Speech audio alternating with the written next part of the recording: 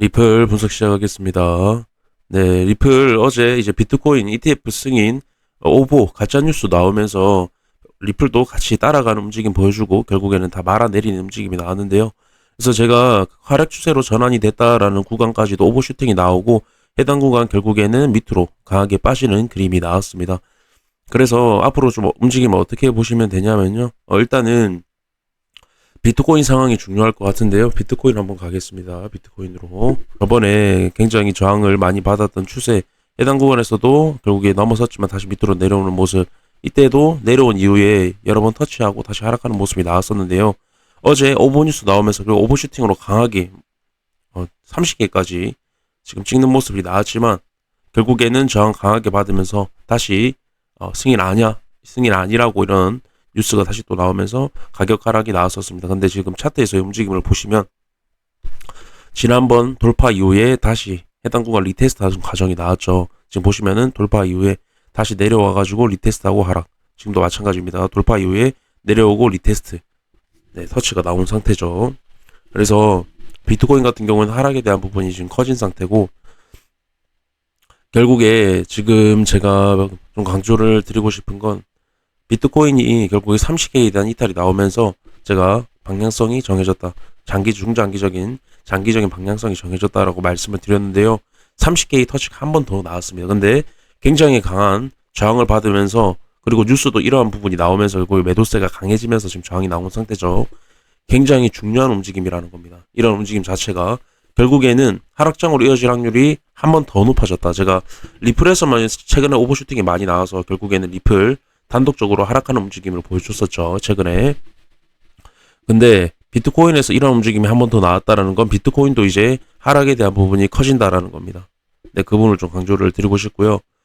리플 오버슈팅에 대한 부분은 제가 매번 좀 말씀을 드렸던 부분이 있는데 4시간봉의 단기적인 부분에서 이러한 부분 결국에 하락 시그널이라고 말씀을 드리면서 하락으로 이어질 거다라는 부분을 말씀드렸죠. 이때는 비트코인 어떤 호재 뉴스가 아니라 리플 호재 뉴스로 올라갔던 부분이죠.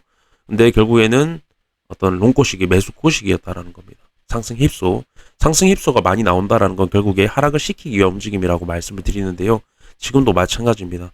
굉장히 중요한 구간, 해당 구간도 결국에 제가 300원대까지 가격 하락을 만들 수 있는 중요한 구간이라고 장기적으로 중요한 구간이라고 말씀을 드렸었는데요. 지금도 마찬가지입니다.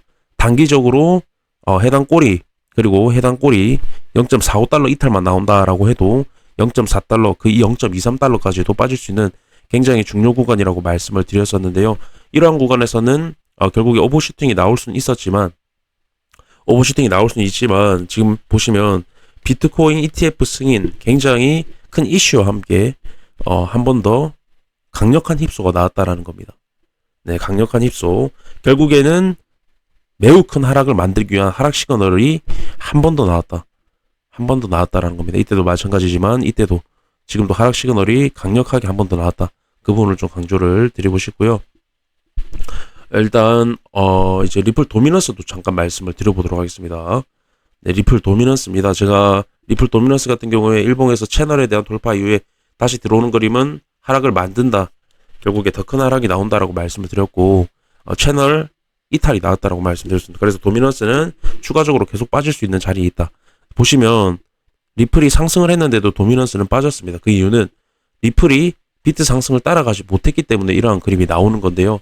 앞으로도 비트보다 약세할 가능성이 큰데 비트는 결국에 저 상승분을 다 반납할 것으로 저는 보고 있기 때문에 결국에 리플 도미넌스 추가적으로 빠지면서 리플은 계속 더 빠질 수 있다는 겁니다.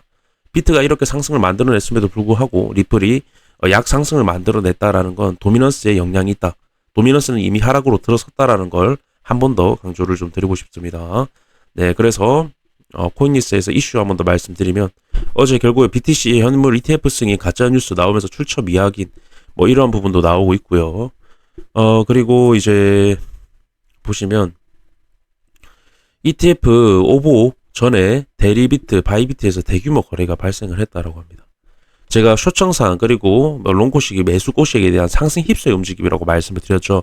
결국에 저런 움직임이 한번 나오고 이러한 이슈가 다시 나오고 있다라는 겁니다. 네, 어떤 매수 꼬식이 그리고 상승 힙소의 확률이 굉장히 높은 부분이고요. 현재 나오는 부분들 차트에서도 그렇게 움직이고 있지만 이제 이슈도 결국에 저런 움직임 한번 나오고 이러한 뭐 코인텔레그래프 부정확한 보도 사과 그리고 ETF 현물 승인 네 아니야 아직 검토 단계라고 결국에는 이런 움직임은 개인 투자자분들만 혼동이 오고 굉장히 지금 힘든 장을 만들고 있다는 겁니다. 개인 투자자분들께.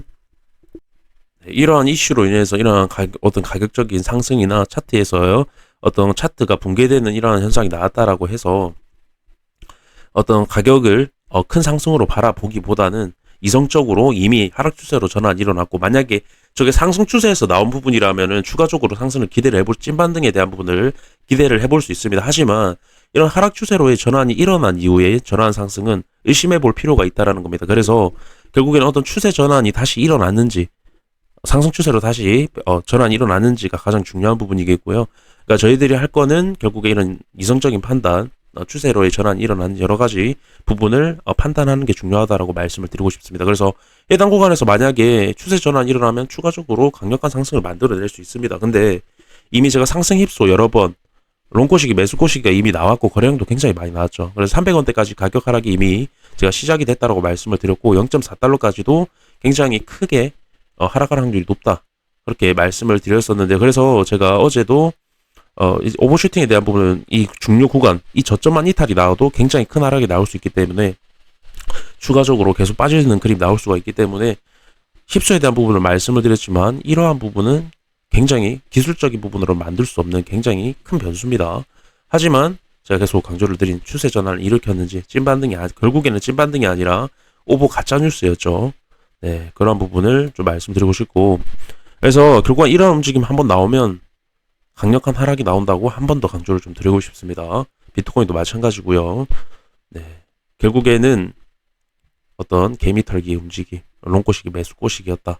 한 번 더 강조드리면서 영상 마무리하도록 하겠습니다. 감사합니다.